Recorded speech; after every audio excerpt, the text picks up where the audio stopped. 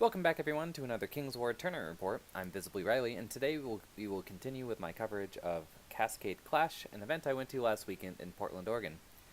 After the sudden upswing of the Ogres in round 3, I found myself fighting off Tony in his Trident realms, with the scenario being Control. Now, I've actually fought Tony, I think, in every one of the smattering of Kings of War events I've gone to, and he is one of the only people I've fought with this exact Ogre list, and in fact, that game was with his Trident realms, but a very different list, so I wasn't really sure what to expect once we got to the table. Here's a rough facsimile of his list, or an approximation of his list. There's 35 points missing. I'm sure there are magic items that I didn't get, but these are all the units. Again, no allies, but he was a Trident Realms with a horde of ensnarers, followed by 3 regiments of heart piercers, 3 hordes of worm riders, 1 having the brew of haste, 2 Leviathan's Bane, the Trident King, Ector, and Nakushi, the new worm rider commander. I actually like Tony's list here, and I think it shows off.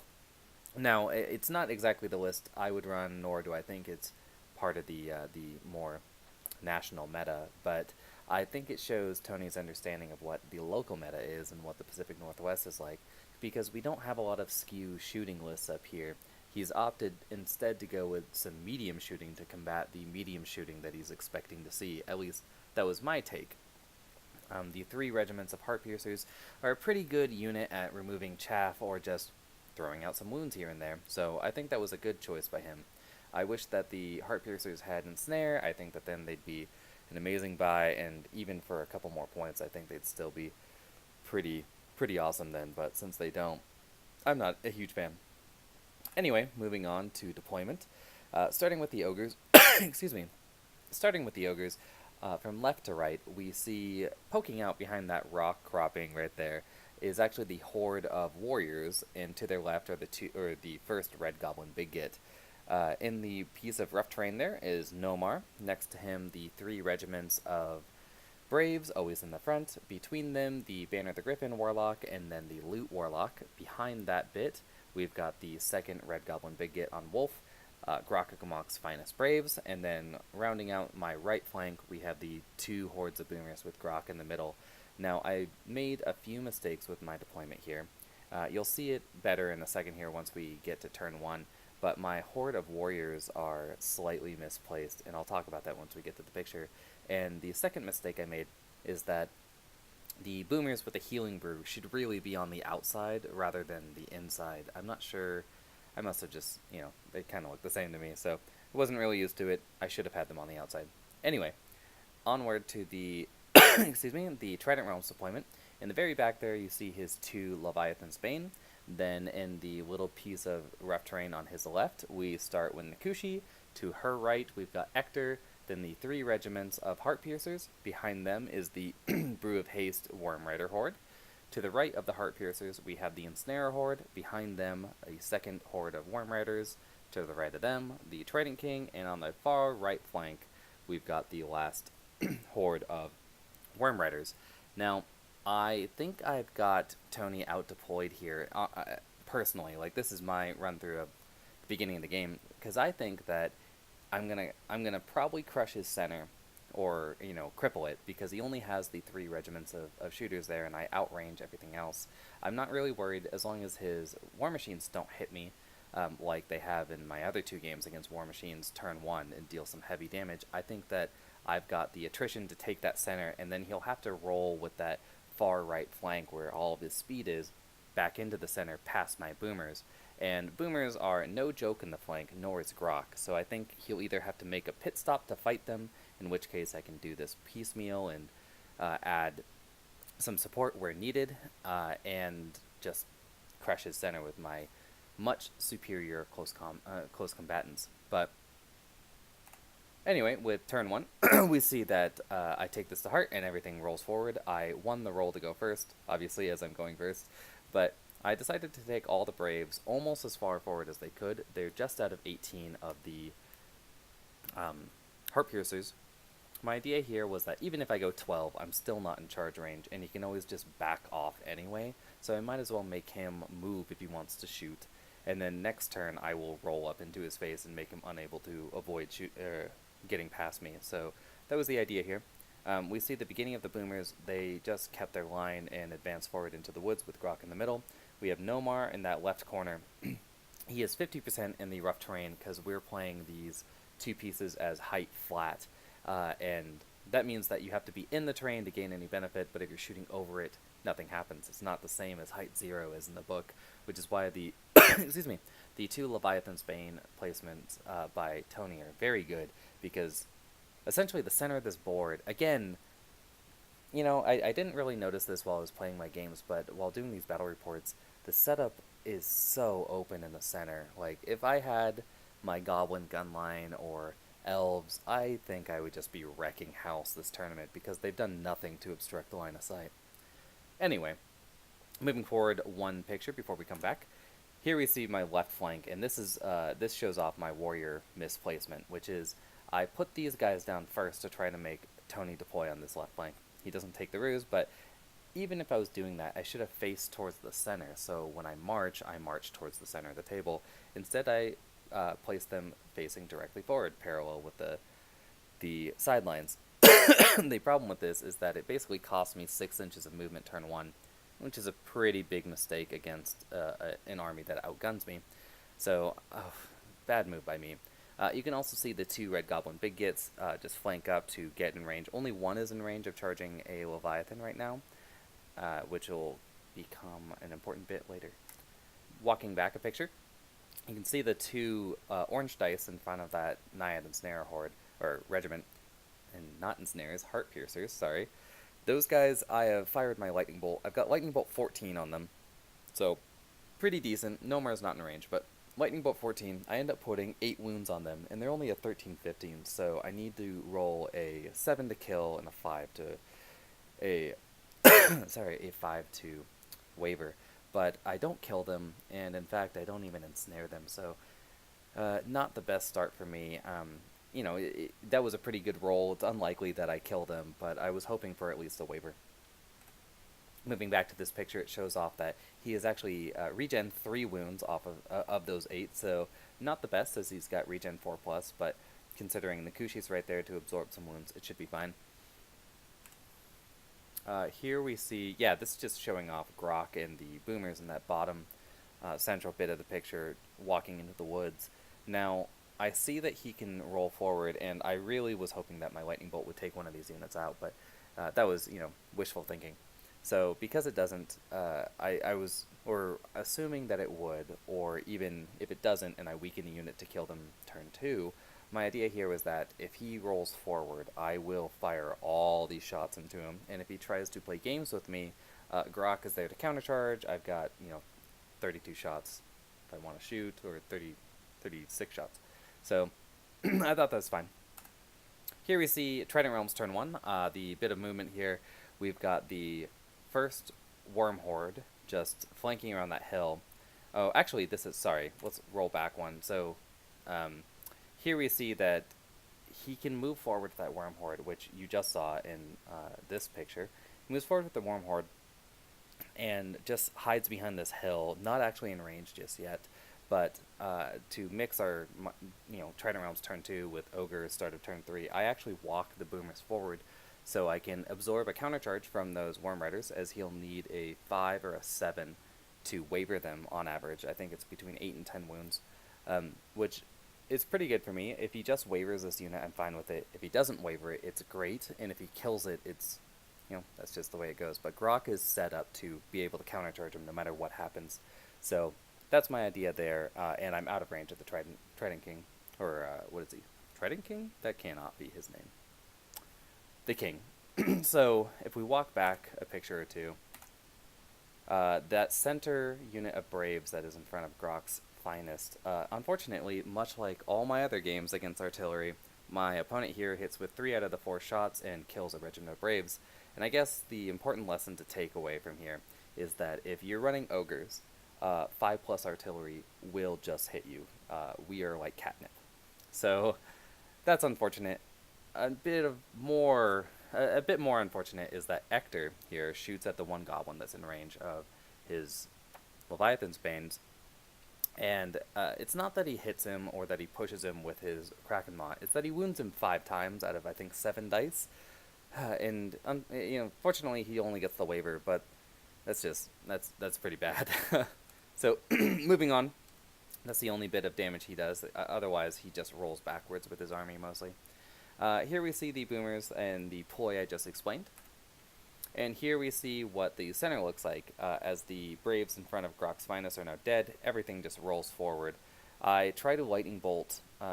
He's put Nakushi out of that cover now, and I decide to shoot at her as she's not 50% in the cover. So when I fire my Lightning Bolts, again, this is height flat, so I can just get normal rolls, and she's absorbed 4 wounds. I'm sorry, she's absorbed 5 wounds from...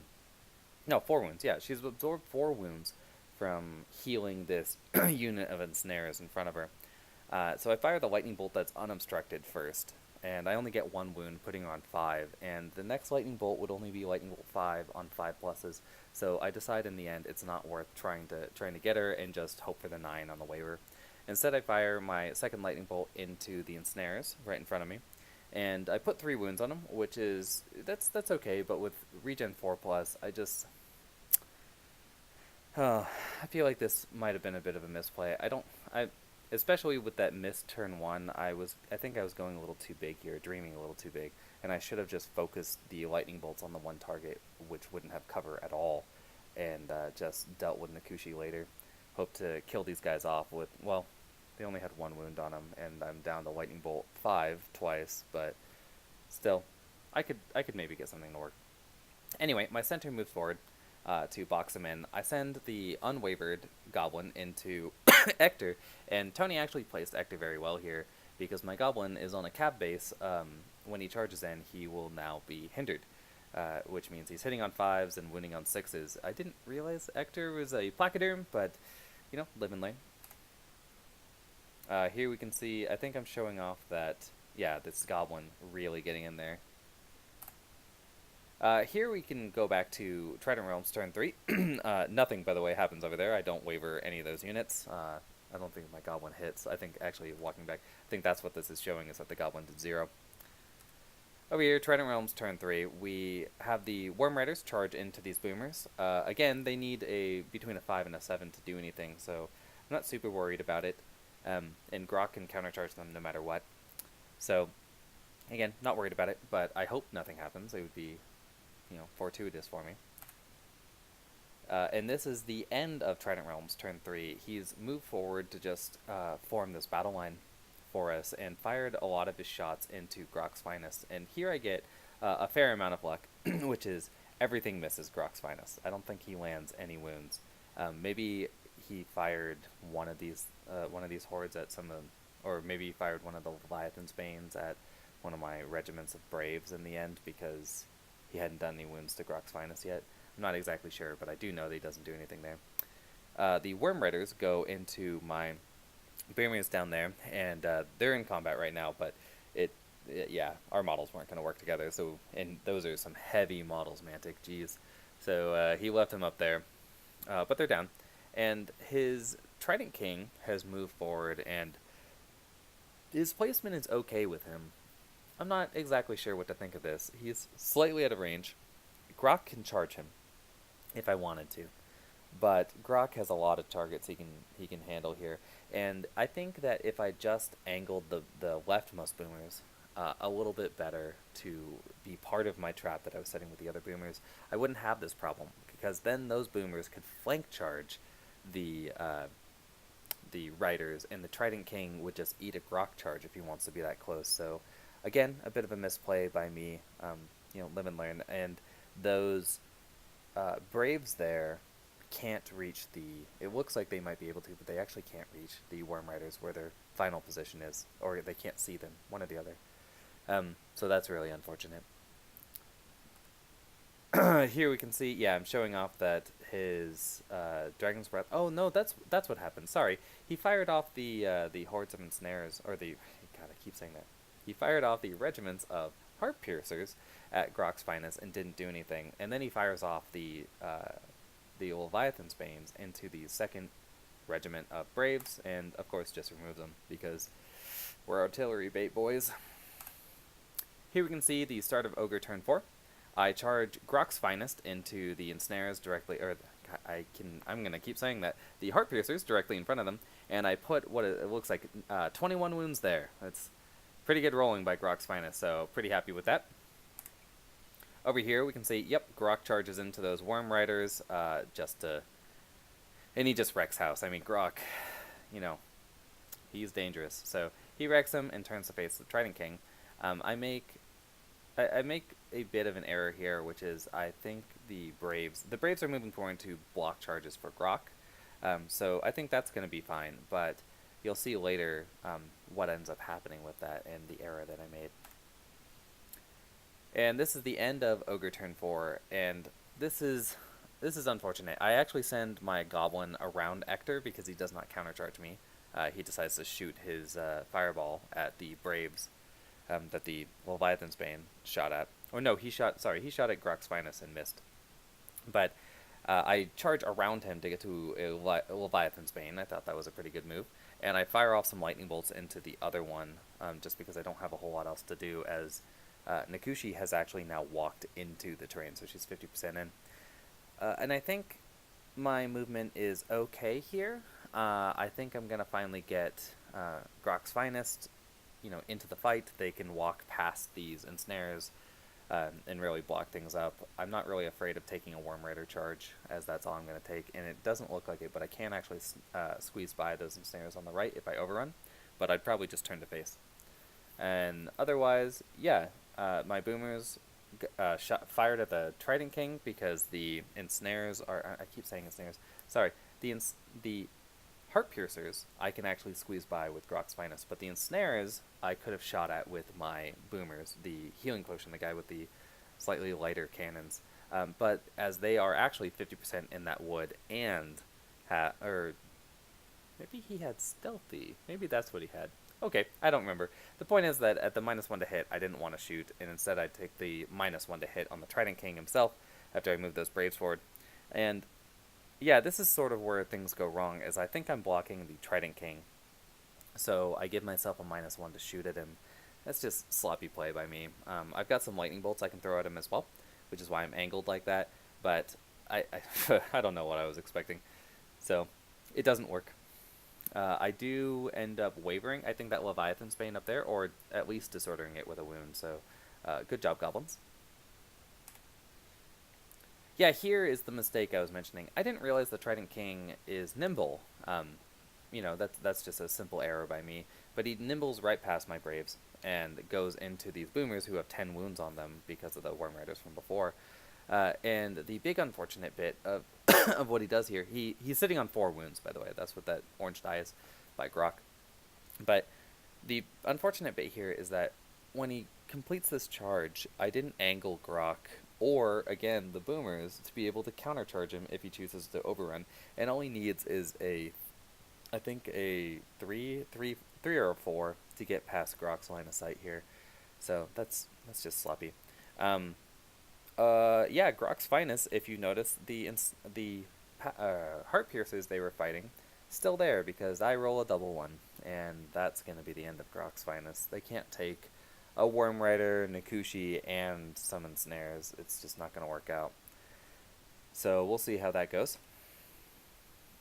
Yeah, his Trident King only puts 1 wound on the boomers, which is pretty funny, but yeah, he still gets them. It's, he rolls that 6, pretty easy. Yeah, here we can see his charges. Now this is unfortunate, because I angled this guy to get that lightning bolt after I saw that the Braves were going to hinder my shot with the boomers, instead of just adjusting my plan to maybe use Drain Life or something. So I take Nakushi right in the flank of my Loot Warlock, and just sloppy play. Yeah, he gets the Worm Riders and the countercharge from those ensnares into Grok's Finest.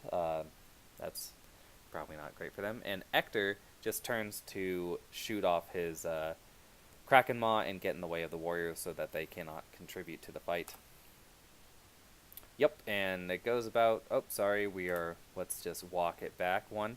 So he ends up, yeah, he kills this off, and then all of his shooting goes into those Braves right above it, kills them. Then the boomers, I believe he fires the last Leviathan's Bane and maybe one of these units. Maybe Ector fired at him. I can't remember exactly what happened here.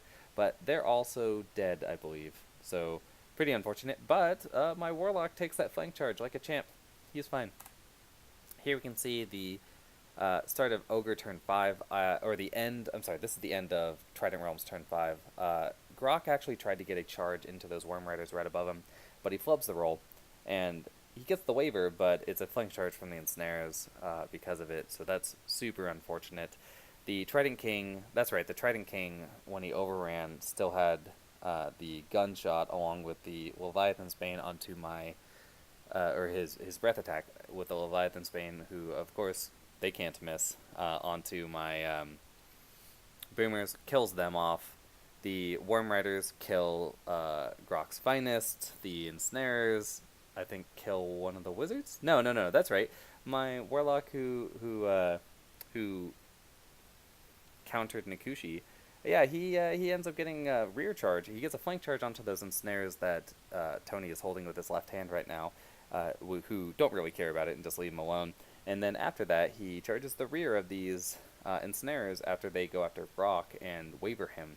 So it's a little too late, but I could still, in theory, get this. I don't have any more pictures, I don't think, of the game. No, I don't. But I still, in theory, could get this, as I still have a Horde left. I have 2 Ogre characters, as Grok is obviously going to die. I've killed Nikushi, but with a mixture of Drain Life, I think, and Nomar. And I've killed Ector and both the Leviathan's Bane. So all I need to do here is get a waiver, or better yet, a kill with Nomar onto his Trident King, and then the Worms actually on his turn 6, or on his turn 5, they have not moved yet, those Worm Riders. Or maybe they have. Anyway, the point is that they can't get around to the other quarters, and if I have this Warlock that's fighting Ensnares right now, just walk right by them and take a quarter, which he could do. I kill the Trident King, who is currently in my center, and we don't get a turn 7. I have my warriors in his center, which is worth 2 points. I have Nomar and another quarter, which is worth 1 point. And then he has 2 quarters that are not centers, which is worth 2 points. So I would win 3-2. But unfortunately, the Trident King moves forward and gets a pretty lucky breath attack on the Nomar, which wavers him. And then he fires the, I believe, the Ensnares at my warriors and kills them off. They had some wounds on them, but not too many.